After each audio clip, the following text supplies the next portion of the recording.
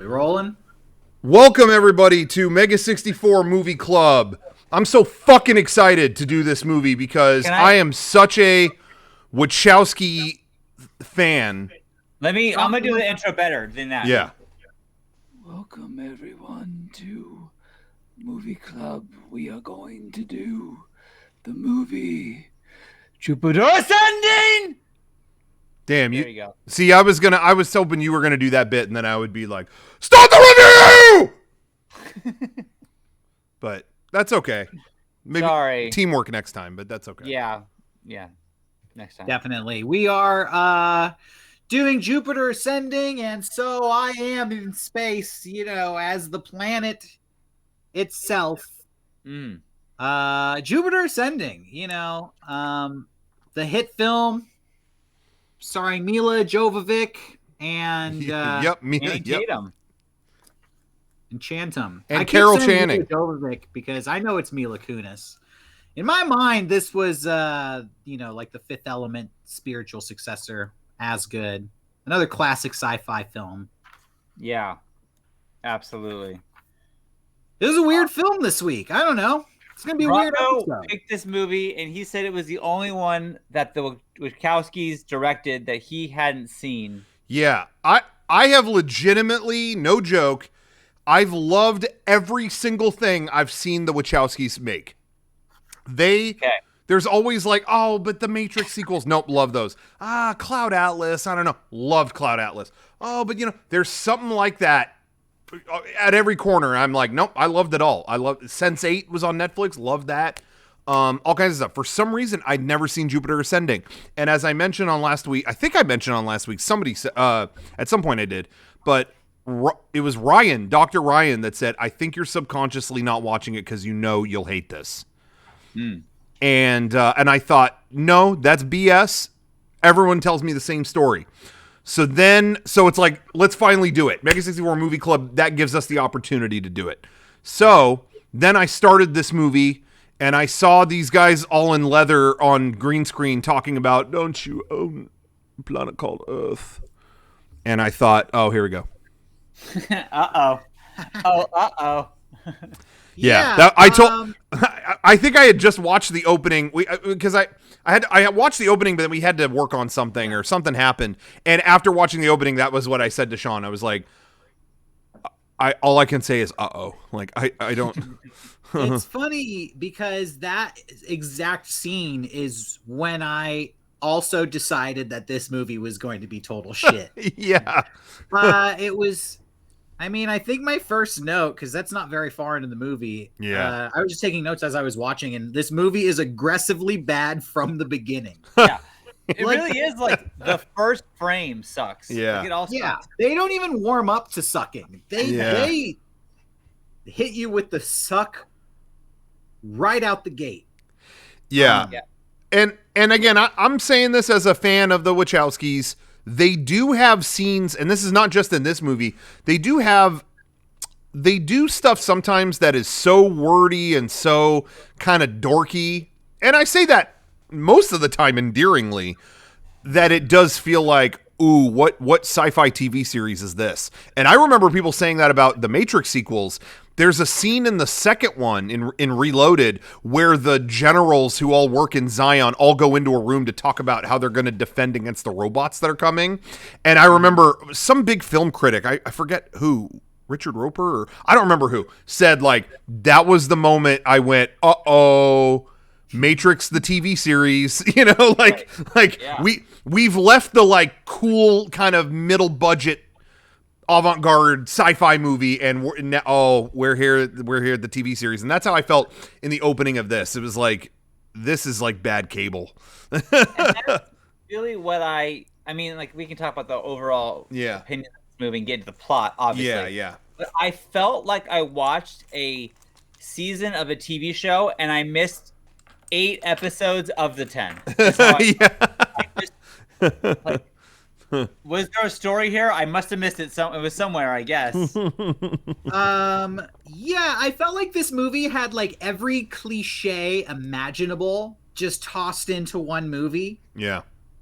But then on top of that, it was done poorly, which was made it just extra disappointing. Yeah. But to its credit, it is like a $200 million movie. Yeah. So, I mean, I think Rocco, you said this privately, but you rarely see some movies suck so grandiosely. Yeah. Yeah.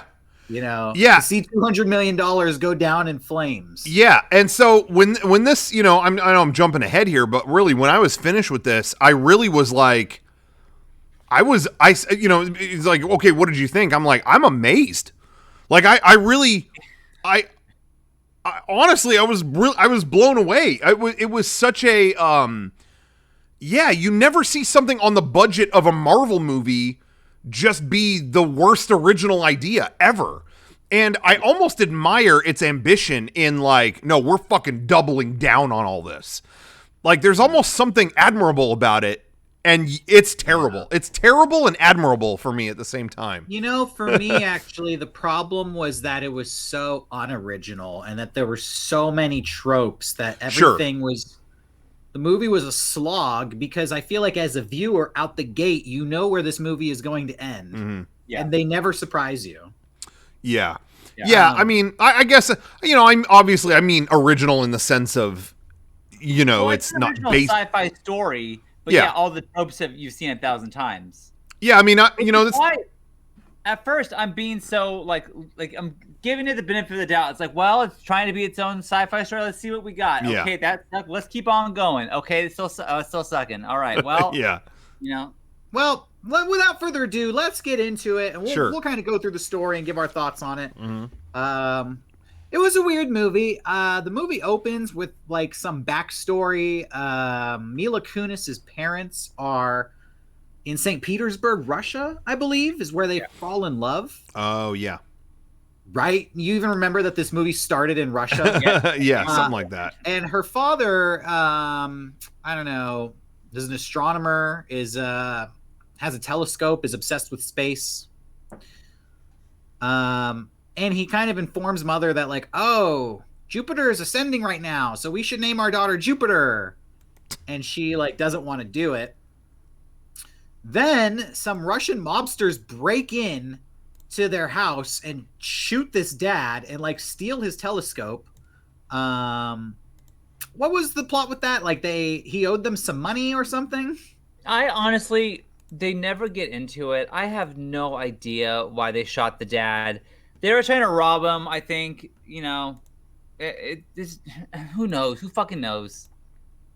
Shit. Honestly, like, it was the intro to the movie. It was whatever.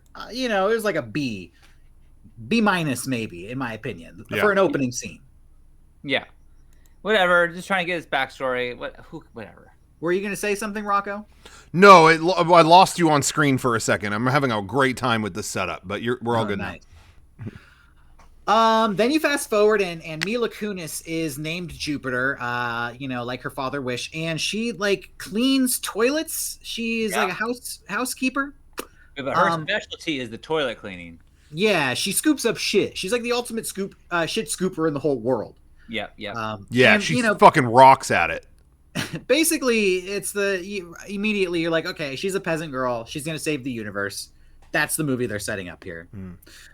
Then they cut to this scene where you get this backstory about how there are these space royalty. There's like space royalty, and they all own different planets. Every planet in the universe is owned by these space aristocrats, and one of them just inherited Earth. Right? I'm trying to recall. I think. Like, you're doing a great job, and I'm going to keep saying I think, because they didn't explain anything. Well, they harvested Earth a long time ago.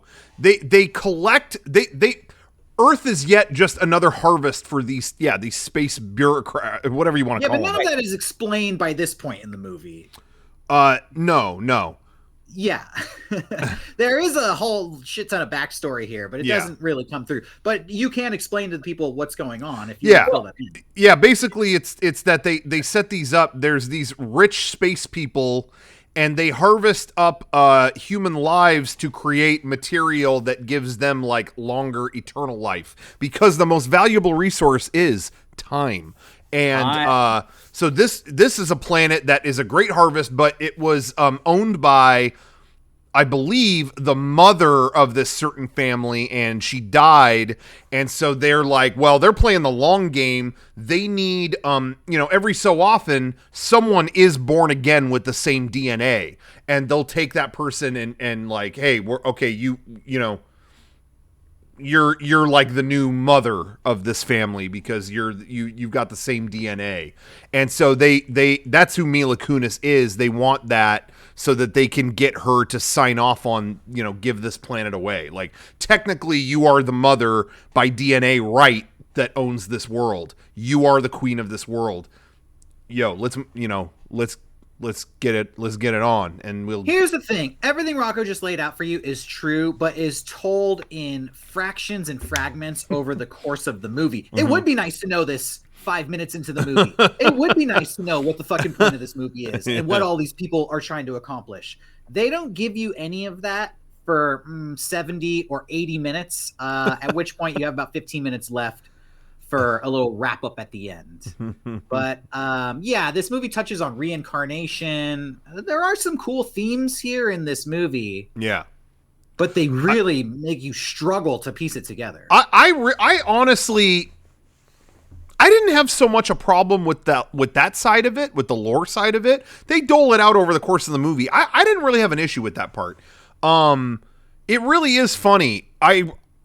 This movie really did not make me think less of the Wachowskis. Like, I still think they have a heart for, world building and, whatever. I just think they I just think they fucked up. I just think it didn't. Well, sometimes we haven't even scratched the surface of this movie. I think we've described like 2 scenes of it. So yeah. Because it's just so bonkers. Yeah.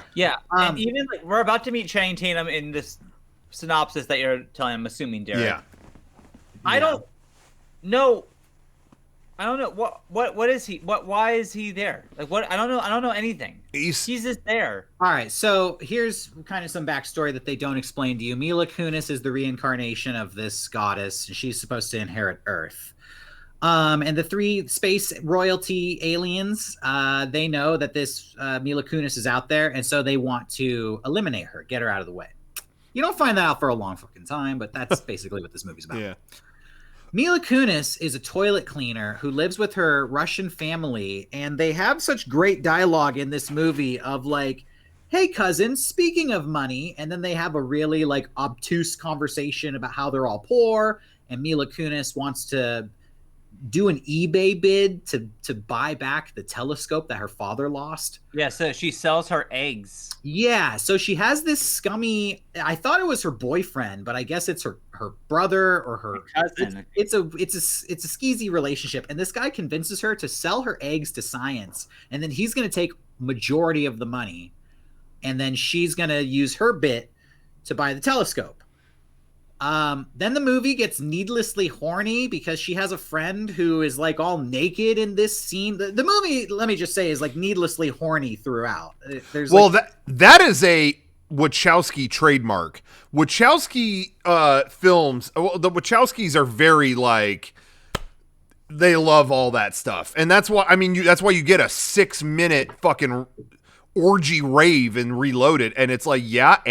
But what sucks about this movie is only a 7-year-old could hang with this plot, so filling it with like tits and ass makes this movie accessible to nobody.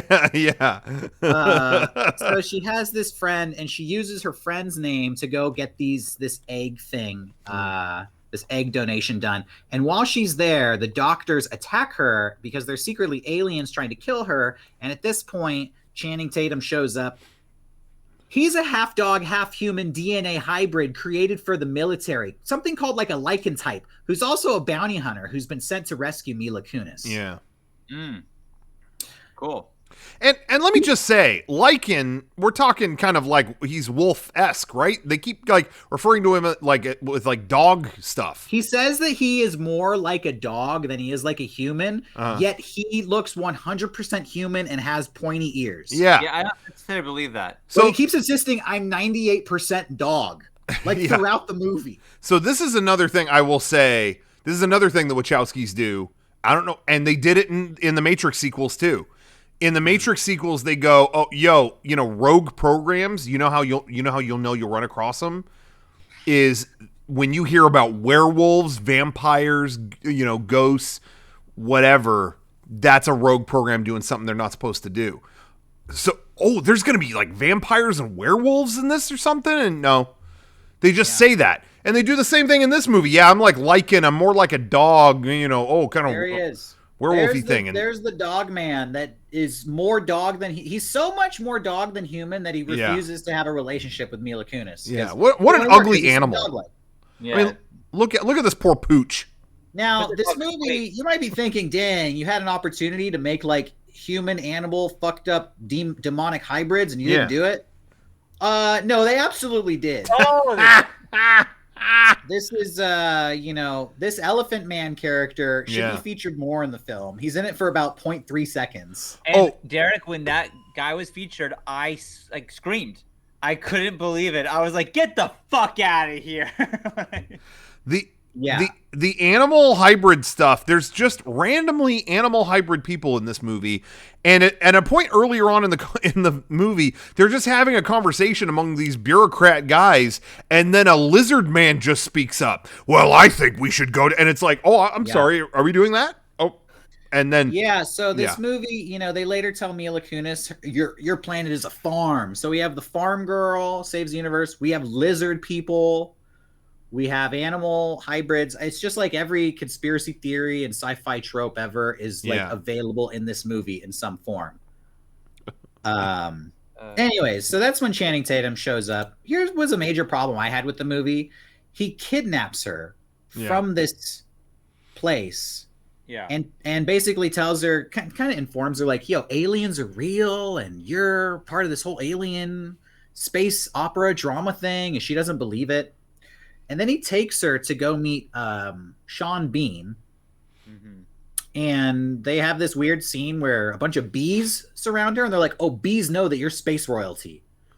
she like flaps her hands. And bees the can sense royalty, yeah. Yeah, and I'm watching this thing like, so this chick has never like seen a bee before. She's never walked past a bush covered in bees like I do every day in my neighborhood. Yeah. Oh, well, whatever. And then these bounty hunters show up and kidnap her from Sean Bean's farm. And I keep thinking like this movie, Mila Kunis is just a lady who cleans toilets who keeps getting kidnapped. She doesn't want to be doing any of this. She doesn't care about any of this. And at this point in the movie, her only problem or concern is like calling her family and telling them like, oh, the procedure went wrong, but don't worry about me. And she hangs up. And I'm like, okay, so her only goal is making sure her brother doesn't find out that she didn't make that money, Yeah. I just felt like she was a passive main character. Channing Tatum is really the main character. You should call it like Dogman Ascending, honestly. What's hilarious is that you completely skipped over, and rightfully so, you're not wrong, the scene where they have to escape the city or something, and I think that was right before they go to Sean Bean's house. Apparently, this scene was so expensive and took so long to film that Channing Tatum and Mila Kunis spent 6 months straight filming every single day for this scene. What a waste of time. I don't even remember the scene you were talking about. It's like you're going to the city and the city's being blown up by aliens and... Oh, yes. Dude, yeah, the flight through Chicago or whatever. Here's the thing. Yeah, there's a scene where they get chased through the city. It was one of the most boring fucking scenes I've ever seen in my life. Because immediately there's lasers being shot, and I know everything in this scene is going to get shot and blow up except for Channing Tatum and Mila Kunis. And I started counting it. I actually made a list in my notes here. Church gets blown up, bridge gets blown up, cars get blown up, street gets blown up, they blow up the water. Then he hijacks a UFO, the other UFOs get blown up. It was just like, but never Channing, he never gets shot. No, he's good. It was so boring to watch. Of course not. So. Yeah. So at this point in the movie, she gets abducted again, time and time again, and she gets taken far off into space. And again, she doesn't give a shit. She doesn't have any goal. She doesn't know what she's doing. We're still establishing character at this point. An hour into the movie, they're still explaining to her who she is and why she should care. Mm-hmm. And she doesn't. Then they do this thing where basically they're gonna do the meet the three ghosts of Christmas past, like the Christmas Carol. You're gonna meet the ghost of Christmas past, the ghost of Christmas present, and the ghost of Christmas future. But in this case, it's gonna be the three siblings from this royal family. Mm-hmm. And she does, and she has an encounter with all of them. She meets the sister who explains everything that's going on, and then she gets kidnapped by this. Was that the slow talking? No. She gets kidnapped by the horny brother. Yes, the horny one. Because again, this movie is extremely horny. So there's this one brother who's like an androgynous sex god, and he wants to marry her, and she agrees to do it. Which don't know why she agrees to do it, and the whole time like, wait, aren't you her son? Okay. Yeah, she's like the reincarnation of his mom. It's complicated. Shit going on here. You say it's complicated. It's like, well, you said her DNA is exactly the same. Okay, I don't care. Whatever. Go get married. Yeah, and also, once again, how many times have we seen the marriage trope? If you get married, then your empire will be mine. Well, I guess I have to marry you then. And then a countdown to like, do you, Jupiter, take this man? If I never see that trope again, it'd be too soon. Like, fuck doing that. I'm so sick of that. Yeah, so Channing Tatum, like, she marries this dude because she thinks Channing Tatum is dead because this guy lied to her. Wow, how'd they come up with this idea? But Channing Tatum is not dead, and he finds out that they're getting married, so he's going to crash the wedding. Literally, he hijacks a UFO. It's the same fucking scene again. He's just driving a UFO, and everybody's trying to shoot him, and nobody can shoot him. We've done this scene twice now. And he literally crashes the wedding and saves the day, and they don't get married, and they go on to the next sibling. I'm crapping on this movie, and I'm sorry if Rocco. I feel like, is there anything you want to add here? No. I mean, I don't even disagree with any of these feelings on it. There are certain things. Like I said, I mean, I think, what am I trying to say here? I think what they built did not work. I still feel a spirit of like, again, I know that the Wachowskis really love sci-fi and world building and all that stuff. And the spirit of that is alive here. I do think there's good people behind this. And I don't think anyone in it is necessarily bad. The one dude is bad. Which one dude? Eddie Redmayne? Yeah, Eddie Redmayne. I hate to say this, and I know this is a terribly hypocritical thing to say. There's some people I just don't like looking at. You know what I mean? Like, it's not even that there's anything wrong with them. Not saying the dude's ugly. He's better looking than me. But there's just some people you just don't. I don't want to look at him. I just don't want to look at him. There he is. He's got that look, but no denying good actor. But then in this movie, he's just going like that. We're talking about this character. He's like the final villain of this movie. He's the most evil sibling of them all. Yeah. He talks like this. Absolutely. It's like he was so bored reading the script, and then they made him read it on camera. It was that. Yeah, but what made me like him more, I will say, is that after this movie came out, he copped to it. And he straight up said, yeah, you know what? I just watched the movie. I was admittedly not good. I don't know what happened.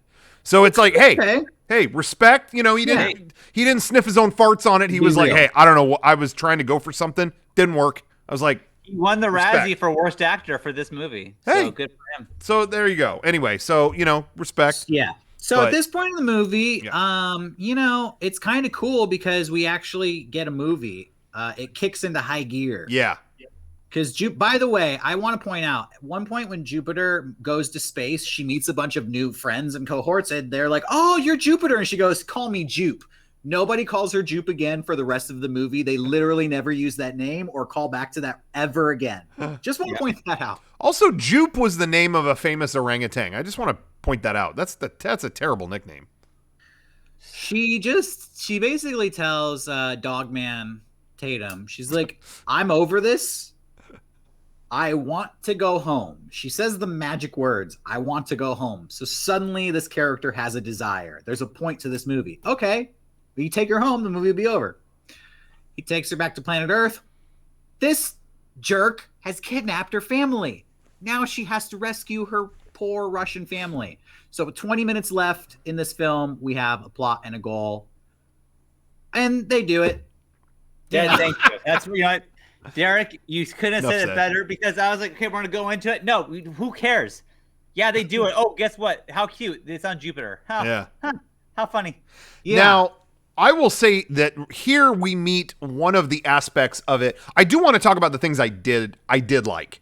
Okay. One of those things is I did enjoy. Now you're seeing the background behind Derek. You're getting a vibe of like what the movie looked like, and it's very CG and very yeah. I mean, you get the idea. It's a lot of big set pieces. It was kind of steampunk. Yeah, you could say we that. kind of passed over this whole montage that I thought was extremely awful of like steampunk world building. Yeah. Oh yeah, like Which Harry Potter actually type shit. had a Terry Gilliam cameo. And Yeah! the director of Brazil and Yeah. 12 Monkeys, which we previously reviewed. Yeah. So that kind of surprised me. But what I was going to say, though, is I do like that you've got that in this movie juxtaposed against whenever they interact with the family on Earth. It's like these armored dudes and these lizard people in their shitty living room. In the family room in mom's house, or for some reason these ethereal characters interacting with like just your relatives, or that was visually fun to me.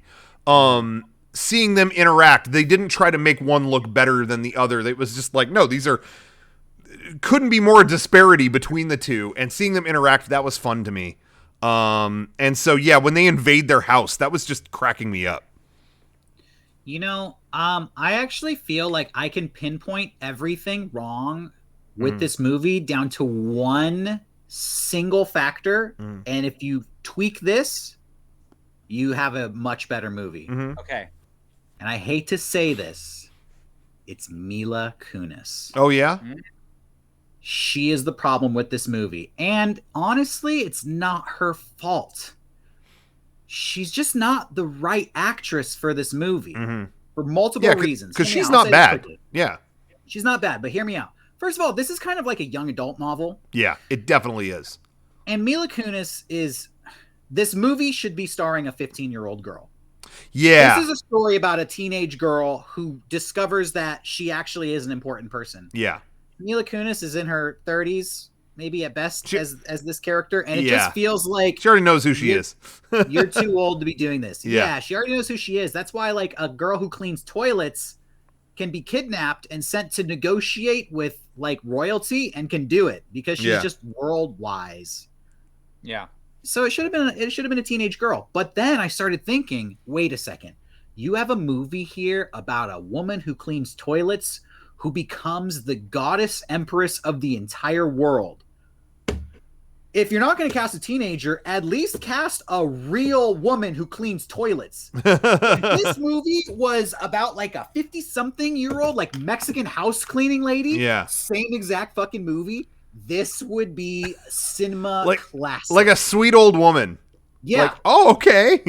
Honestly, even like Betty Davis, somebody just give me an old house cleaning lady. And this is a movie made by geniuses. Yeah. It would be so good. I would be along every step of the way. Yeah. Because Mila Kunis is just too middle ground. I agree.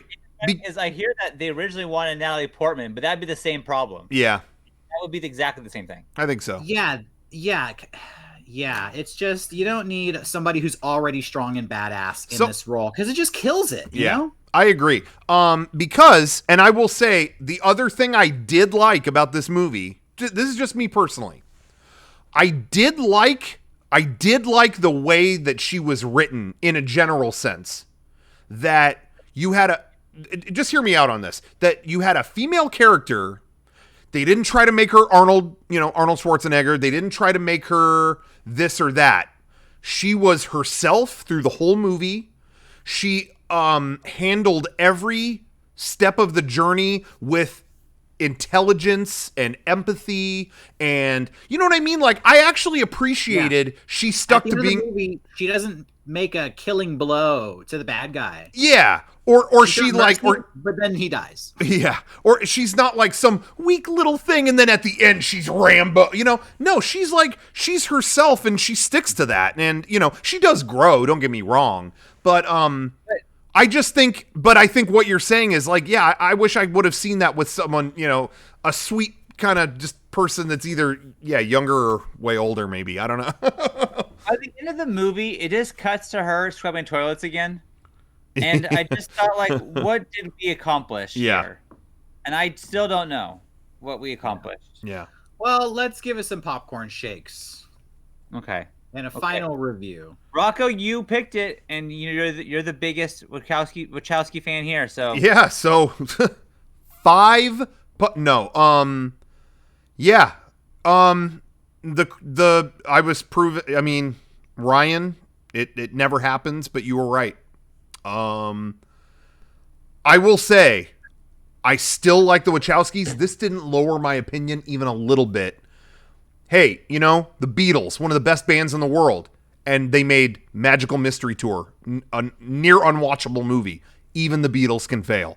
I think there's a great attitude behind this movie, and a lot of, they really swung for it, and no spared expense either. Uncompromised vision. But the vision sucked. So it is a bad movie. I hate to say it. It's a bad movie. I enjoyed watching it. So, yeah. It's hard to... You know what? I'm giving the Wachowskis, I always give you the benefit. I'm going to give you a 2. Almost did a 1. I'm going to give you a 2. Because I did laugh really hard at the lizard guy and the elephant dude. All right. Well, I will give it a generous 1, and that's just because some of the effects were pretty impressive. I guess I feel the same way. I feel like I want to give it a 2 for the aesthetic, but then I feel like a lot of people can do this aesthetic, and if you have $200 million and you're in Hollywood, you can make a movie that looks like this. Yeah. And so you're just left with the story, and it was really unenjoyable, and I did not really have fun watching it. See, I did have fun. It was bad, but I was still like, wow. I give it a 1. Yeah. I really did enjoy it just for the sake of what a spectacular failure. I really did enjoy that aspect of it. So for that, I would say, yeah, pop it on. But so I'll give it higher than a 1, but it's hard, I grit my teeth a little bit giving it higher than that. But yeah, I mean, it was failing. I mean, by the second scene, I was tired of watching this movie. Yeah, and I think anyone knows, those of you who watched it with us, you probably said the same thing. You were like, "Oh, this sucks." Like you know. Instantly. But I always, and I've said it on here before, I always do give extra points to things that I am really entertained by, the things that make me go, "How did this exist?" And this, I did get that energy from this, so that's why I bump it up a little bit. Okay, but that's the only reason. You can use that energy when we move into next week's episode, because it's my pick. And, I just want to keep the bomb train going a little bit. We're not going highbrow. Adam Sandler is critically acclaimed. Uncut Gems, Punch Drunk Love. But he's made some weird films, too, kind of avant-garde.